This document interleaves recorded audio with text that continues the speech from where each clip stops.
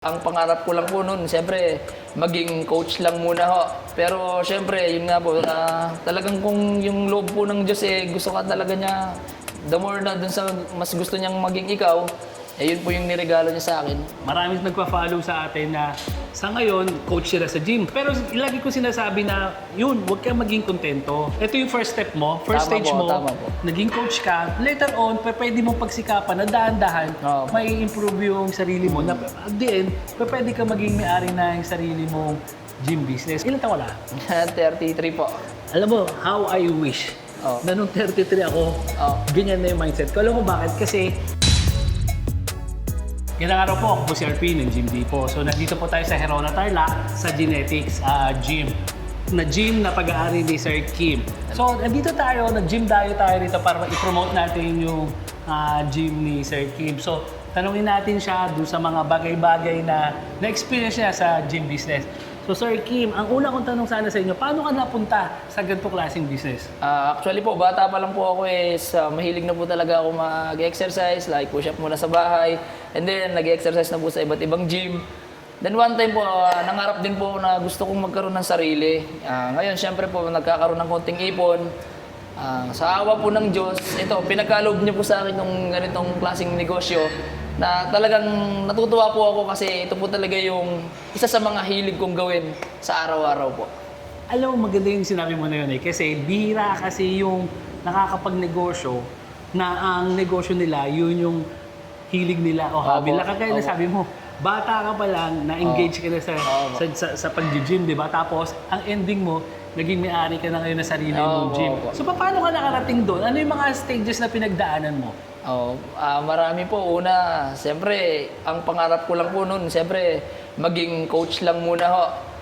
Pero siyempre, yun nga po, talagang kung yung loob po ng Diyos, gusto ka talaga niya, the more na dun sa mas gusto niyang maging ikaw, yun po yung niregalo niya sa akin. Tsaka ano muna po, una sa lahat na nakisama muna po ako sa mga tao, tapos mababait po yung mga naging kaibigan ko dito sa Herona. Hindi naman po kasi ako tubong Herona Tubong Tarlac City po talaga ako. Ngayon, nakakuha lang po kami ng bahay dito at nakapagparehistro na po kami dito sa Herona. At yun po, nagpapasalamat din po ako kay Sir Arman. Yung dati... Oo, siya po yung unang may-ari nito. At na pagkatiwalaan niya po ako at naipasa niya na po sa akin ang trono bilang ako na po yung mismong may-ari. Alam mo sir, magandang ano yun. Magandang experience yun na may share natin kasi marami sa atin na nanonood, marami nagpa-follow sa atin na sa ngayon, coach sila sa gym. Opo. Pero lagi ko sinasabi na, yun, huwag kang maging kontento. Opo. Kumbaga, ito yung first step mo, first Tama stage po, mo, tama po. naging coach ka, later on, pwede mong pagsikapan na dahan-dahan, Opo. may improve yung sarili mo. Na, at the end, pwede ka maging may-ari na yung sarili mong gym business. So far, sir, kamusta yung pagpapalakad? Kamusta yung bigay sa'yo ng gym business? Po. Maganda po kasi ang bigay ng gym business sa akin, gawa po nung naririnig ko po sa mga vlog niyo po, na kahit nasa bahay ka, nasa bakasyon ka, or may other business ka, lalakad at lalakad pa rin yun. Tama. Tamang-tama po. Yung mga vlog po kasi ni Sir, talagang pinapanood ko yan. Lahat po ng mga binabanggit niya sa vlog niyo, totoo po lahat yun. Salamat, sir. Opo, kaya kasi mas mararamdaman mo po natutulat ng mga sinabi mo kapag ikaw na yung mismong owner. Meron kang freedom kung ano yung gusto mong gawin at kung ano pa yung mga gusto mong malaman. Dito kasi kahit maiwan mo siya, basta yung may trusted ka na tagabantay, yun talaga lalakad at lalakad yung gym mo. Tapos sir, bukod dun sa nakuha mo itong gym ni Sir Arman, di ba? Opo. Nagdadagdag ka ng mga Equipment equipment po. from time to time. Opo. Kasi yun yung ina-advise ko na huwag ka maging kampante. Kasi pag Yes, minsan, syempre may mga gamit ka na, parang pakiramdam mo okay na Opo, yan, di ba? opo. So from time to time, maganda yun na nakakapag-add tayo kasi at least na-upgrade yung gamit natin para na sa ganun, yung mga kliyente natin, masasatisfy natin sila na hindi na yun lang yun. Opo. Tapos ito pa sir, nabaltaan ko kasi nga na nagpaplano ka, it's either mag-expand ka ng gym, Opo. tapos may Branch. iba-iba ka mga business na gusto mong ibuksan. Opo. Alam mo, maganda yun sir yung multiple sources of income na sinasabi ko. Yes po. So, ano yung mga plano mo ba dapat na gusto mo pang ibuksan na ibang negosyo bukod sa gym? Actually, ano po, let's say barbershop, car wash, or laundry shop. Pero, siyempre, dahil naumpisa ko na po yung gym, siguro, mas gusto ko pa po ulit, gym pa po ulit eh. Kasi ang gym ko kasi, siyempre, tulad nga niyan, pagka nagkakaroon ng mga problema or nagkakaroon ng mga sakit ng tao, pagka nagpa-check up ka sa doktor, ang sasabihin lang naman nila, healthy lifestyle, mag-exercise ka, mag-gym ka. Oh, ganun lang ako. Para kaya kasi nagusto ko, naging ano siya ngayon, naging isa sa mga popular. Necessity na siya. Ngayon necessity dati na. kasi uso lang siya. Ngayon parang necessity na siya. Dati kasi kapag sinabing gym, more on magpapaganda ka lang ng katawan. Oo, Ngayon, pag tama sinabi ka ng ron. gym, maging healthy ka na. Healthy talaga. Opo, Tama healthy yan, lifestyle. tama. Kabilang na siya. Ito yung maipapayo ko, sir. Kasi ito pareho ako may experience eh. Opo. Una, maganda talaga yung ano, kung nagpaplano ka magtayo ng water refilling station at saka laundry. Kasi ganito Opo. yun.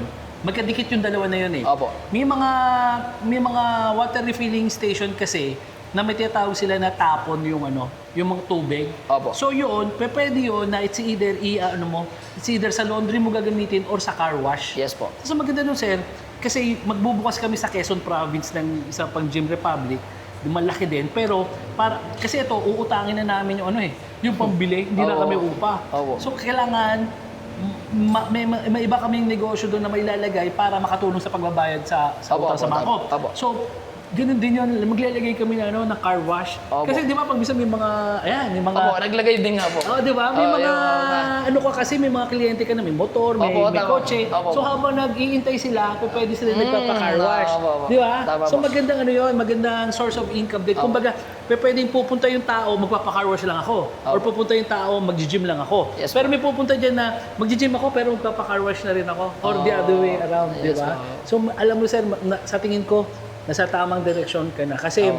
alam mo, yun yung sinasabi ko, bihira naman kasi yung mayaman, it's either sa trabaho or iisang negosyo lang. Opo. So, kailangan mo talaga may mga multiple sources of income ka. So, good choice yun yung ginagawa mo ngayon. Meron kang car wash, Yes, paplano ka ng Laundry shop. Yes, so, po. maganda yun, sir. Ilan taon ka na? 33 po. Alam mo, how I wish Oh. na nung 33 ako, Oh. ganyan na yung mindset ko. Alam mo bakit? Kasi, sabi ko nga, mag-50 na ako next year eh. Hindi po halata. So kung ako, nagsimula ako ng 33, Opo. bago mag-40, sigurado na ako, retired na ako. Opo. Sigurado na ako. Kaya alam mo, naiinggit ako doon sa mga kagaya mo na nakapagsimula ng maaga. Kasi ako, nagsimula ako maaga. Opo. Ang problema ko lang, wala akong direksyon. Kumbaga, nagsimula ako sa gym business. 2008, parang 32 years old ako noon. Okay po. Pero ang problema ko noon, pumapasok yung pera, hindi ko alam kung saan ko gagamitin. Iniipon ko, binibili ko ng luho. Pero dapat pala yun, pinapaikot ko. Opo, Katulad opo. niya, nagdagdag ako dapat ng ibang negosyo. Tama po. Biro mo, yung Gym Republic ko sa Cavite City, 17 years na yon. Pero parang 2 years ago lang ako nag-expand. Dapat pala noon ko pa ginawa. Parang Dapat noon ko pa ginawa kasi kumikita yun ng kahit wala ako eh. Opo. Di ba sana ang laki na naitulong dapat noon. So yun yung may papayo ko sa'yo. Nasa Opo. tamang direksyon ka na. Opo, opo. So sir, bago natin tapusin to, so Opo. ano yung masasabi mo doon sa mga kagaya mo na nagsimula doon sa pagiging coach, nag-level up, nakaipon, nagkaroon ng sariling gym? Ano yung may papayo mo sa kanila? Sa mga mapapayo ko po sa lahat ng mga gusto pang pasukin yung gym business. Una sa lahat, magtiwala po kayo sa sarili nyo na kung talagang nandun na kayo sa line ng fitness, tuloy-tuloy lang. Siguro lahat naman tayo gusto magkaroon ng sariling gym. Pero una sa lahat siguro magtiwala tayo sa proseso, step by step. Wag tayong mainip. Tuloy lang siguro, yun lang ang mapapayo ko. Ngayon, tulad kay Sir RP, pwede niya kayong matulungan. Kasi ang gaganda talaga ng mga gamit niya. Salamat. Kasi kaya nagtiwala ako sa Gym Depot, yung mga equipment nila. Una sa lahat, matibay. Pangalawa, mura pa. Ayun, kaya subok na namin. Kaya trusted talaga Gym Depot. Ngayon, mapapayo ko pa isa pa sa mga gustong magtuloy-tuloy yung mag-business ng gym. Tulong-tulong lang, wag po kayong mahiyang magtanong dun sa mga nauna na. Kasi hindi naman din po sila magiging madamot pagdating sa idea. Yun lang po. Salamat po. Sir, imbitahan mo sila dito sa gym mo. Saan tong mismong lugar na to at ano yung pinagkaiba nito doon sa ibang gym? Para at least alam nila kung ano yung reason pagpunta dito. Opo. Inimbitan ko po kayo na makapagdayo po dito sa Genetics Fitness Center located at Barangay San Antonio, Irona, Tarlac. Ang masasabi ko lang po, difference nito sa ibang gym, ito po kasing gym na to is dinesign po namin as parang semi-commercial. Tulad may mga treadmills, tsaka yung cleanliness, tsaka yung mga gamit po is hindi na nyo na rin po makikita sa mga ibang typical na gym bakal. Dahil na-order ko nga po sa Gym Depot. Tsaka maluwag to, sir. Opo, medyo may kaluwagan po. Maluwag-luwag to. Presko yung Opo. ano nyo dito. Pero yung presyo po nito is mura lang. Ayun, sir. Pangmasa po. Sige, sir. So kung nandito kayo sa area na to, na malapit kila Sir Kim, dayuhin nyo siya para makita nyo yung mga gamit nyo. Kasi promise, hindi lang gym bakal na makikita mo dito. May mga pang powerlifter dito. Opo. May pwede pang arm wrestling pang arm dito. wrestling po. So may pang treadmill sila. So more or less, medyo marami kang pagpipilian na disiplina rito pag pumunta ka rito. Yes po, tama Sige, po. sir. Maraming salamat po. Ako po si RP ng Gym Depot. Sir Kim, Opo, salamat thank po. you po. Opo, nice to meet you po. Likewise, sir. Opo.